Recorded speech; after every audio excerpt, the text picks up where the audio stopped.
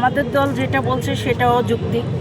আর এখানে যারা এসে আবেগে কান্না করতেছেন ওইটাও কিন্তু ফেলাই দেওয়া যায় না। অনেকে আসে ভাইরাল হতে, আবার অনেকে অন্তর থেকে কাঁদে। সবাই যে ভাইরাল হতে আসে এটাও কিন্তু ঠিক না।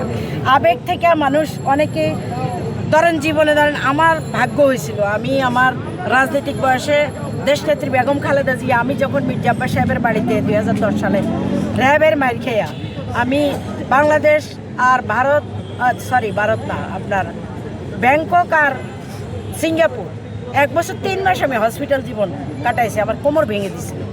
কিন্তু আমি বেগম খালেদা জিয়া আমার জন্য সর্বোচ্চ টাকা খরচ করে উনি আমাকে সুস্থ করে আনছে।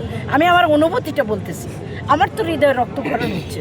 উনি যখন আমাকে জড়াই ধরছে আমার জন্য টাকা খরচ করছে, আমার ফ্যামিলির চারে না খরচ লাগে নাই, একজন সাবেক 3বারের প্রধানমন্ত্রী। সেই অনুভূতিটা আমি বুঝতেছি। আর এখানে অনেকেই আছে তারা হয়তো জীবনে ওনার কাছেও যাইতে পারে নাই, দূর থেকে দেখে ওনাকে ভালোবাসে। সবাই তো সবার কাছে ওনার কাছে যাওয়া পসিবল না, বুঝছেন? সেই ভালোবাসাটা কিন্তু দেখে এবং ওনার কার্যক্রমের উপরে বিশ্বাসের উপরে ওনার প্রতি আবেগে কান্না এসে যায়, আবেগ কান্নাকাটি করে। এটা দোষের কিছু না। আর যেহেতু এটা অনেক বড় একটা দল ভাই, বিভিন্ন ধরনের বিভিন্ন অপপ্রচারও তো হচ্ছে, এটা তো সত্য।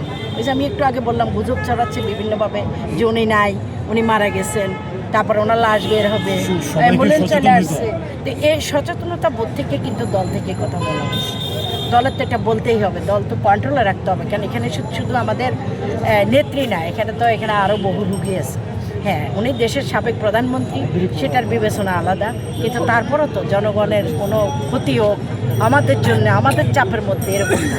তবে মানুষের আবেগকেও প্রাধান্য দিতে হবে, আবেগকে কখনো উড়াইয়া দেওয়া যায় না। সবাই অভিনয় করে কাঁদতে আসে না, মানুষের মনের কাঁদা আছে।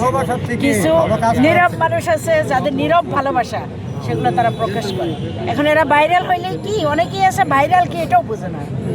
আমি দেখছি অনেক মানুষ আছে এরা ভাইরাল হইলেই কি, ধরেন আপনি ইউটিউব চ্যানেল চালাচ্ছেন বা উনি চালাচ্ছে, আমি চালাচ্ছি, ভাইরাল হইলে আমার লাভ, কারণ আমার চ্যানেলটা লাভবান হবে। ওই লোকের কী হবে? উনি কী হবে? ওনার তো চ্যানেলই নেই। টাকা পাইলে 2 টাকা আমি পাবো, বা না পাইলে না পাবো, আমার চ্যানেলটা সবাই দেখবে, কিন্তু ওনার লাভটা কি? ওনার বক্তব্য দেখবে এই পর্যন্ত। উনি কে বা কারা ওটা তো কেউ খেয়াল করবে না। তো আবেগ থেকে মানুষ করে, তবে কিছু কিছু আবেগ সবসময় সব জায়গায় মানে ইয়ে হয় না। এই জন্যই সিনিয়ররা, এই জন্যে আমি বললাম যে সবাই কাউকে কোনোভাবে ছোট করা যাবে না। দলকেও প্রাধান্য দিতে হবে, ওনাদের কথা মানতে হবে। পাশাপাশি যারা করেন অতি উৎসাহী যারা আছেন তারাও একটু সতর্ক হওয়া উচিত।